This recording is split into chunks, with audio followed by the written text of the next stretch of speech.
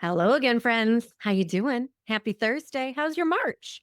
We're continuing our series on the decision to change jobs. And we're going to get a little nitty-gritty in today's conversation because this is something that comes up often enough that it deserves its own episode. And it is the concern about leaving your job and therefore leaving people in the lurch or thereby screwing people over, letting people down.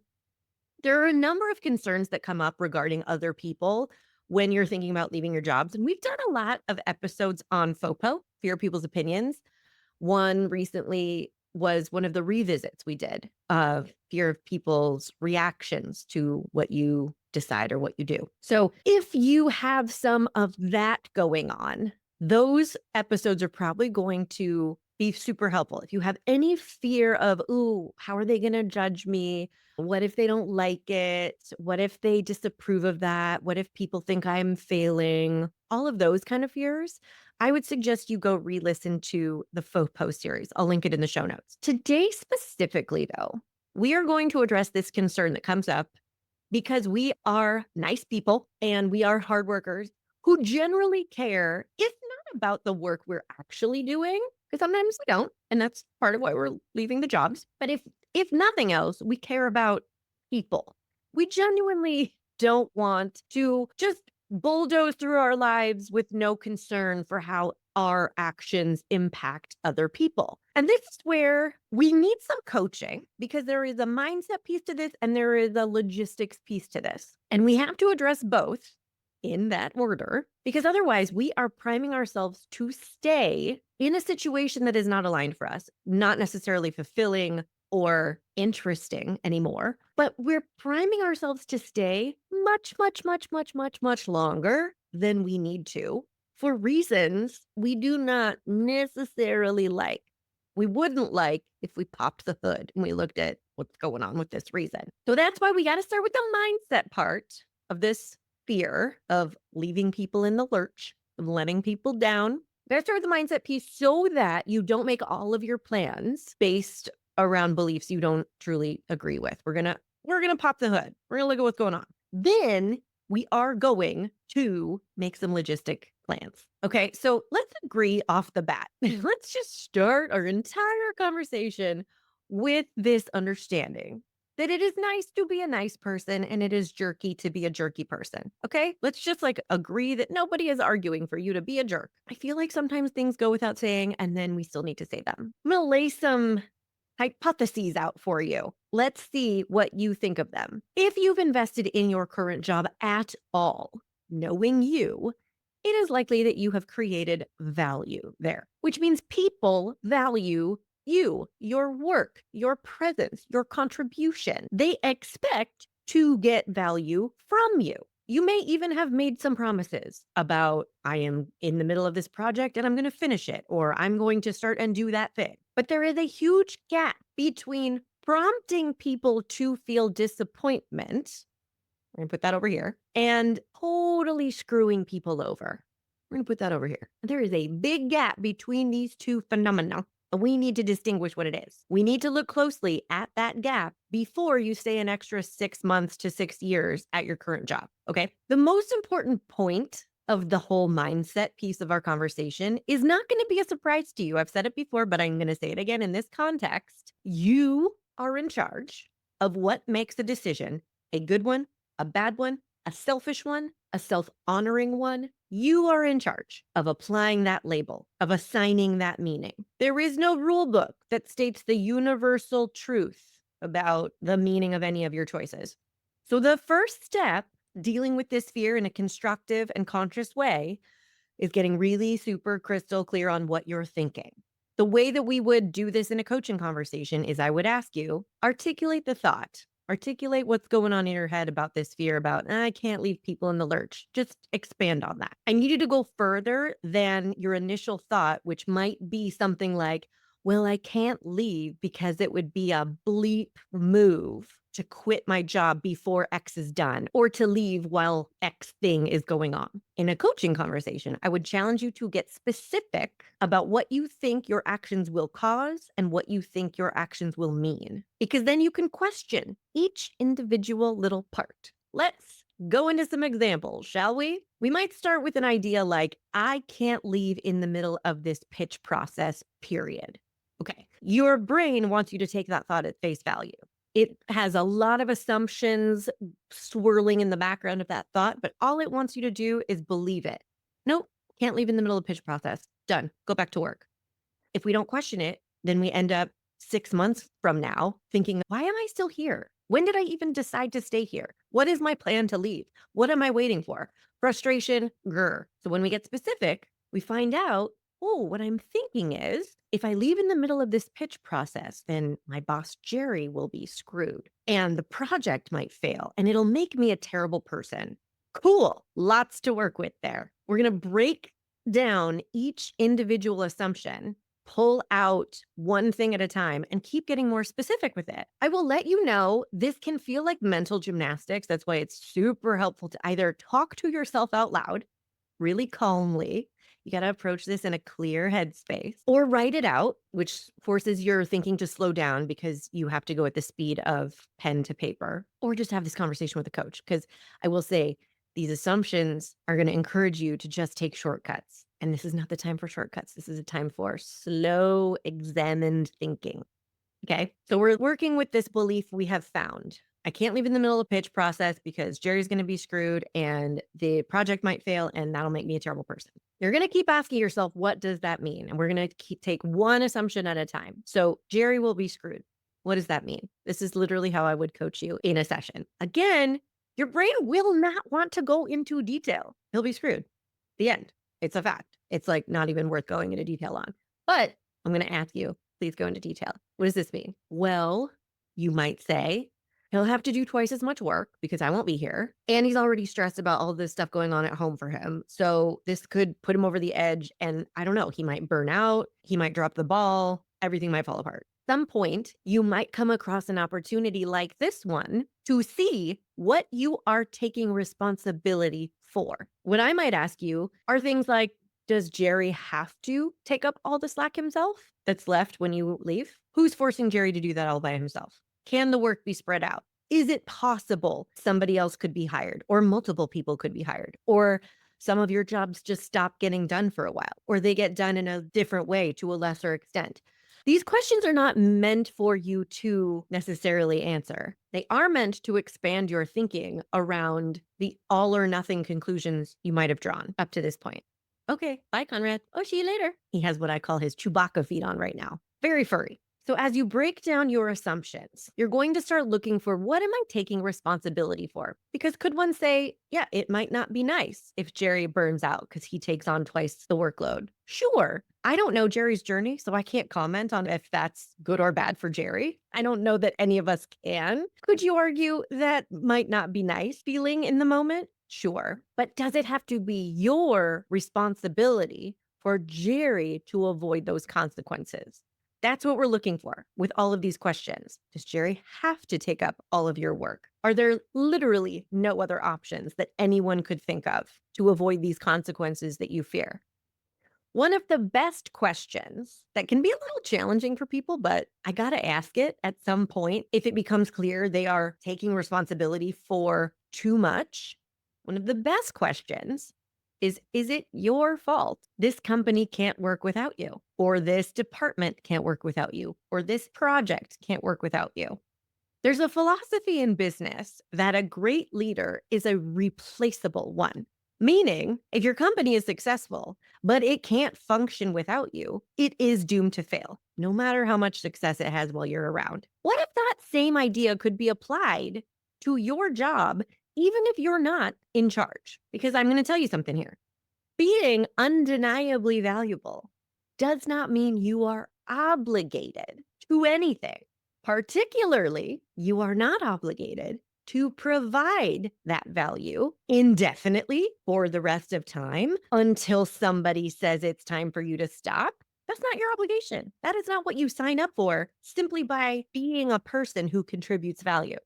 I want you to think about your favorite Saturday Night Live cast for a second. Think about your favorite grouping that was just meshing well together. And it was like, oh, this is my favorite Weekend Update team. Or even just your favorite actor, even your favorite skit. If you have one thing that will always make you laugh. For me, since you asked, it's the Bronx Beat with Amy Poehler and Maya Rudolph. I have rewatched every Bronx Beat there is annually and will probably for the rest of my entire life as long as there's internet. So think of your favorite SNL cast or cast member or skit. There have been some magical moments on that show. There have been some people who could not put out a bad skit for weeks at a time. And do you know what they all have in common, except for the current cast? They all left.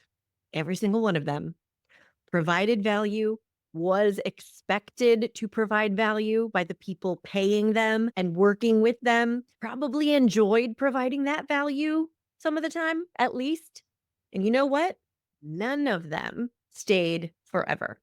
This is as true as it is that surgeons have been good at their job, surgeoning. And you know what? They still retired or went on sabbatical or changed careers altogether, even though there were still surgeries that needed to be done in the world. My point is this: there will always be more work to do. There will always be more value to provide. There will always be more value desired from you. There will always be more skits next Saturday night. None of that means you are obligated to stay on one singular path for the rest of your life. None of that means you are chained to a specific life direction for all of time. None of that means you are obligated to stay where you are and change or deny what you want until it's okay with other people. I don't want you to be afraid to get into the philosophical realm here as you have this conversation with yourself. I really want you to get curious about what am I taking responsibility for and let those questions go all the way to the top. If this project fails without me, does that mean I should have stayed on the project because it was supposed to succeed? Or does it mean it wasn't planned well enough to sustain a change and that's not my fault? Who am I to say the project should have succeeded? I know sometimes that question is a very, very difficult one to ask because imagining certain failures or mistakes seems out of the question. And if it's too far a leap, don't go there. But I hopefully am laying out a spectrum of philosophical questions that you can consider so that you don't have to buy into your brain's biases about what should and shouldn't happen, what are good and bad outcomes. I also find it really helpful to remind people that it is a luxury to imagine leaving a job of your own volition. There always exists a world in which you would have to leave, not by choice. Sometimes it can be helpful when a client is really, really stuck on, I just can't leave right now. It is impossible. It will not work without me. When someone is so stuck in that version of reality, that version of the truth, I'm hunching over right now because that's how it feels. It's like, I can't see any way around this. I can't imagine any alternative truth. When that's the case, sometimes I propose this situation, which is, what if you had to get laid up in the hospital for a month? Knock on wood, hopefully for nothing serious, but you can't walk, you can't maybe think straight for a month starting tomorrow. If you're so convinced that now would be an inconvenient time for you to leave to the point that it is impossible for you to consider doing what you actually want to do because it would create too many problems. This is just when it's helpful to remember you think you're in more control than you are. And there could be a world in which you don't get to decide the timing that you leave and you don't get to decide how convenient it is for other people. And I really want you to imagine all of this responsibility you're taking for this imaginary failure of the project or the team or the company because you leave at an ill-fated time. Would you still take that same level of responsibility if you just missed a step and broke your leg and had to miss that conference that at this moment in time saying you absolutely cannot miss? I mean, what if you missed a step, you had to go to the hospital, knocking on wood, and you actually couldn't go? And it was super inconvenient for everybody, and the project still failed, and the pitch didn't land a client, and the whole thing exploded. But it wasn't because you left on purpose. You didn't choose that moment to leave everybody in the lurch. Would you still take the same level of responsibility? Or would you have a slightly more removed perspective? Would you be a teeny bit more open to seeing this as a situation that wasn't set up to succeed entirely. Maybe it's not 100% your fault that it failed. Now, let me be clear. I'm not arguing for you to leave immediately and disregard any consequences. And who cares if anybody has extra work to do? This is your life, dang it. But you do have to question your assumptions and particularly look for what you're taking responsibility for. It has always been helpful when I am coaching people through this genuine desire to not mess anybody else's lives up. It's always helpful for them to get really, really clear on, okay, here's what I want to take responsibility for. And here's actually what I don't. There was one client who was really worried the entire company was going to crumble when she left, to the point that she was considering staying for at least another year of her one and only life. And she did not want to be there anymore. And we had to have some of these philosophical sounding questions. Is it actually your fault if the company fails because you're not there? Or does that just highlight what needs to change in the company to make it stronger, more resilient, more successful? Do you want it to be your fault if it fails? Looking at what are you taking responsibility for in other people's lives or in this company or this project can also highlight what you are not taking responsibility for. Because my client was not taking responsibility for her own happiness, her own fulfillment. She was starting to make life decisions based on this belief that other people's happiness is more important than mine. Because I don't want to stay here, but I will so that the company doesn't fail and it's not my fault. This is the kind of thinking we need to uncover before you make any decisions about how or when you're going to leave. Once you figure out where you do stand on this mindset piece, I'm going to ask you to write it down, slow your thinking down to the speed of pen to paper so that you can really let yourself know this is what I think. Remember, this is new, unfamiliar, hard to remember, not automatic thinking. Your automatic thinking is we can't leave in the middle of the pitch process, period. Jerry's going to be screwed. Period. That's automatic. The stuff you're coming up with now, not automatic. You have to make a big deal about it so that you can remember it an hour from now. So in our sessions where we land, my clients and I, we get really specific. So here's what I am hearing you say, and then I'll read them back, the notes I've taken in their words. Here's what I think about the idea of leaving my job.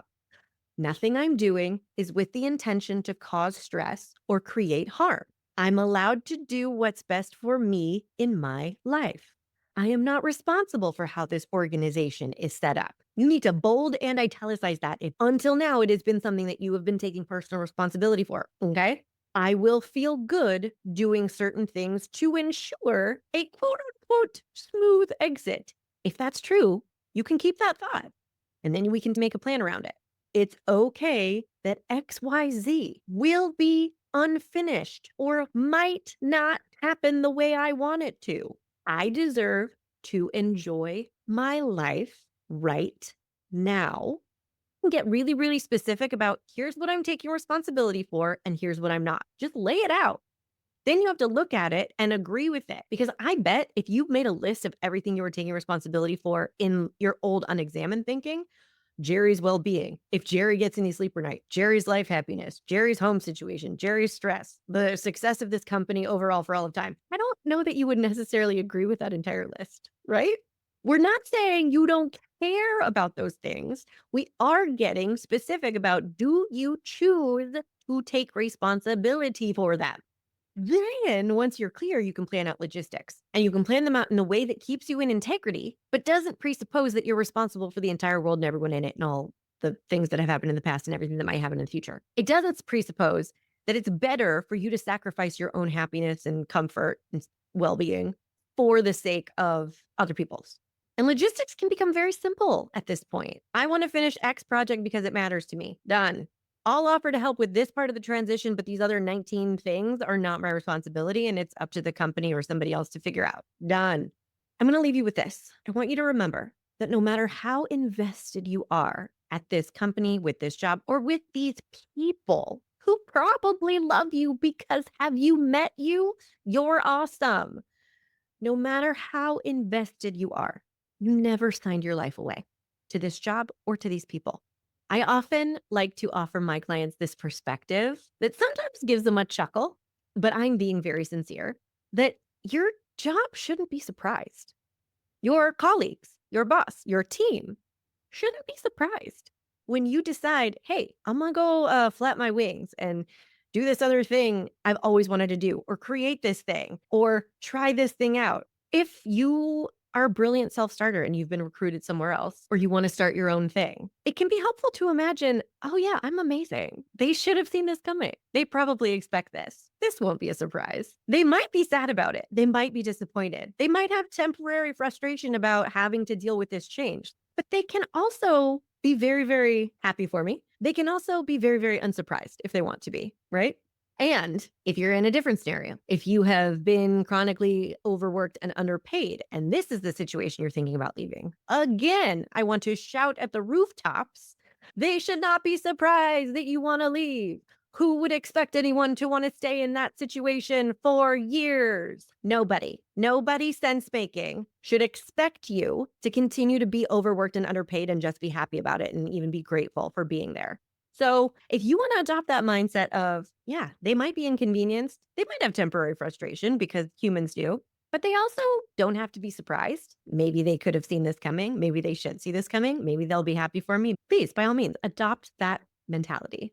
I hope today's episode has given you the tools to have this constructive conversation with yourself, because I would much rather you go through a little bit of a arduous, uncomfortable convo with yourself for a little bit today than an uncomfortable entire year staying at a job you don't want to for reasons you don't really like. And if you need help, that is what I'm here for. You can book a Make a Decision program, which just has us working together on a single decision for a couple weeks. You're going to work your way through all the questions and fears, get all this juicy coaching, and come out the other side really clear with conviction, knowing what you're going to do next and why. Or we can work together one-on-one on those immediate decisions and then longer life habit change. So this way of thinking becomes more automatic and easier. Yay. So go to kirstenparker.com/schedule to book your consult. We can talk through all of your options. And I hope you have a fabulous weekend. I'll see you next time. Hey, want to find out your decision style? Obviously, go take the decision style quiz. It's in the show notes and at kirstenparker.com/quiz. We all have our style when it comes to making decisions, but do you know how to use your default way of thinking to your advantage? Or do you mainly get stuck in the most annoying parts of overthinking and people pleasing? The decision style quiz has your answers, my friend. Take it right now at kirstenparker.com/quiz.